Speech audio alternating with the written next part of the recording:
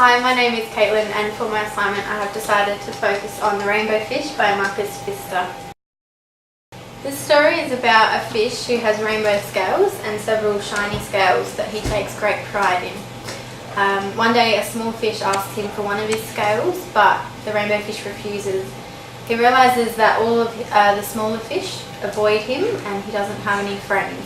So he goes to see an octopus who advises him to share his scales amongst the smaller fish, which he reluctantly does, and discovers that he can be happy even without all of his shiny scales, and all of his new friends have some scales too.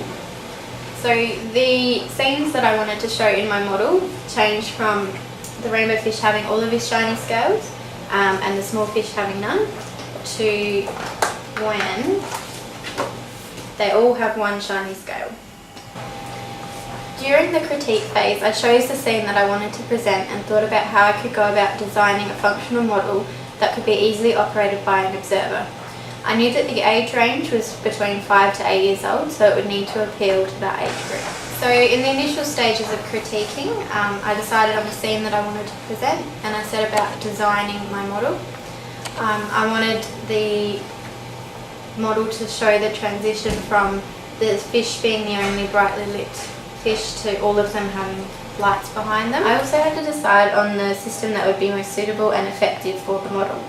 The use of lights appealed to me because they could be wired to a circuit that would allow them to be turned on and off at will, and the light globes could each represent a shining scale.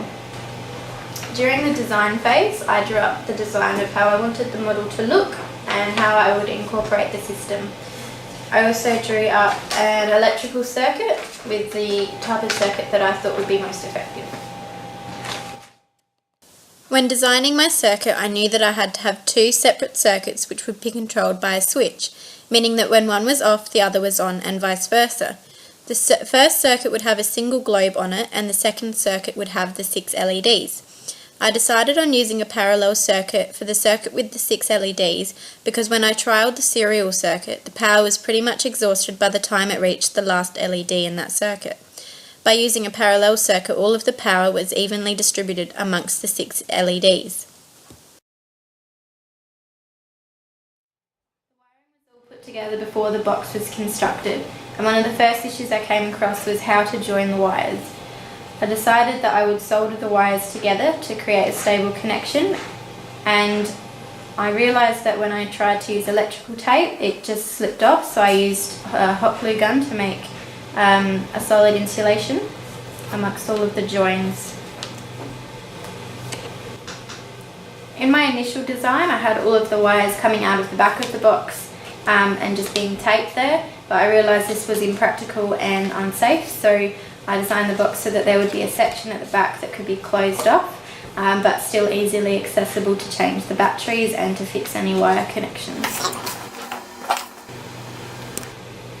All of the aesthetic design was hand drawn and hand painted using acrylic paints. The rainbow fish is mounted on wooden blocks to allow room for the globe to sit behind it. A problem I encountered during the making phase was that when the large globe was behind the rainbow fish, it lit up the entire box instead of just the fish. I solved this problem by closing off around the back of the fish with cardboard so that the light was contained behind just the rainbow fish. The switch box is easy to operate for children and is placed at the front of the box for this reason. The wiring is also not visible as it is neatly tucked away in the back section of the box. In a classroom setting, when reading the book, you would have the model set up next to you where all of the children can see it. You would start with the first page to introduce the character of the rainbow fish, and then you would flick the switch. You get a child to flick the switch on, which would illuminate the rainbow fish and all of his shiny scales. Towards the end of the book, when the rainbow fish has given away all of his scales but one, you would flick the switch back towards forward, which would give all of the small fish their own little shiny scale. The switch also has a middle point where none of the lights are on at all, and so you would start with this before turning them on. Through engaging in this design project and with the course materials, I have developed my understanding of the design process of critique, design, make, then critique. I have also developed a solid understanding of how an electrical circuit works and how to wire one myself. I am able to recognise when there is a design flaw and attempt to come up with a solution. I feel that the model I have created has been successful in not only meeting the requirements of the design project in creating a functional and user-friendly model, but I have also created a useful teaching tool that I can use during story time to bring my story to life.